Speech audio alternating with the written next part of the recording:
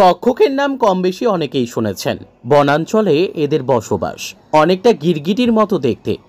30 centimetre থেকে 12 ইঞ্চি পর্যন্ত লম্বা হয়। গিরগিটির মতো দেখতে হলেও এটি খুব দামি একটি প্রাণী। বিশেষ করে বিদেশের বাজারে কোটি কোটি টাকা দামে বিক্রি হয়। এইডস ও ক্যান্সার সহ বিভিন্ন রোগের ওষুধ তৈরিতে তক্ষক ব্যবহার করা হয়। তাই বন্যজন্তুর দেহাংশ বা বন্যজন্তু চোরাচালানকারীদের প্রধান টার্গেট থাকে এই তক্ষকের ওপর। সেরকমই এক তক্ষক পাচারকারী দল ধরা পড়ল বন দপ্তরের হাতে। বুধবার শিলিগুড়ি জলপাইগুড়ি জাতীয় সড়কে ফাটাপুকুর এলাকা থেকে দুটি তক্ষক সহ 3 জনকে গ্রেপ্তার করা হয়। বন দপ্তর সূত্রে জানা গিয়েছে, গোপন সূত্রে বৈকুণ্ঠপুর বন বিভাগের আমবাড়ি রেঞ্জ অফিসে তক্ষক পাচারের খবর আসে। সেই সূত্রের ভিত্তিতে গতকাল সন্ধ্যায় আমবাড়ির রেঞ্জ অফিসার আলমগীর হকের নেতৃত্বে ফাটাপুকুরে ওত পেতে থাকেন বনকর্মীরা। সেই সময় শিলিগুড়িগামী নির্দিষ্ট নম্বরের 4 চাকার একটি যাত্রীবাহী গাড়িকে বনকর্মীরা দাঁড় করান। সেই গাড়িতে তল্লাশি চালাতেই দুটি তক্ষক উদ্ধার হয়। সঙ্গে সঙ্গে গাড়িতে থাকা 3 আরোহীকে গ্রেপ্তার করা হয়।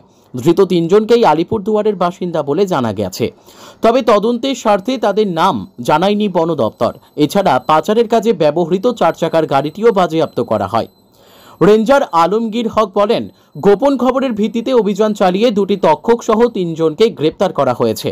ধৃতদের জেরা করে জানা গিয়েছে তক্ষক দুটি আলিপুরদুয়ার থেকে শিলিগুড়ি হয়ে প্রথমে নেপালে পাচারের মতলব ছিল। নেপাল থেকে বিদেশে পাচার করা হতো। আজ ধৃতদের জলপাইগুড়ি আদালতে পাঠানো হচ্ছে।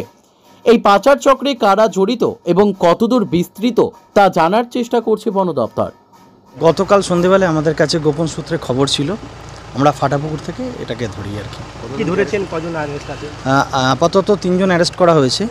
এরা গাড়িতে করে নিয়ে আসছিল, আমাদের কাছে খবর ছিল, তার ভিত্তিতে আমরা গাড়িটা সার্চ করি এবং সেখানে পাই এবং তাকে অ্যারেস্ট করি। এটা তক্ষক আর কি, টোকে গেকো বলা হয়। এটা নিয়ে যাচ্ছিল, শিলিগুড়িতে নিয়ে এসেছিলো আর কি। এদের কাছে অন্য দেশে এটা পাচারের পরিকল্পনা ছিল। হাত বদল এটা তদন্তের স্বার্থে পাশের জেলা থেকে নিয়ে আসছিল। কটা উদ্ধার হয়েছে? আপাতত 2টো হয়েছে, আমরা ইনভেস্টিগেশন শুরু করেছি। গ্রেপ্তার 3 জন হয়েছে। যে গাড়িতে আসছিল ওটা আটক করা হয়েছে। যারা গ্রেপ্তার হয়েছে তারা কি লোকালের? হ্যাঁ, পাশাপাশি জেলারই। পরিচয় জানা যায়? তদন্তের স্বার্থে পরিচয় গোপন রাখছি আমরা।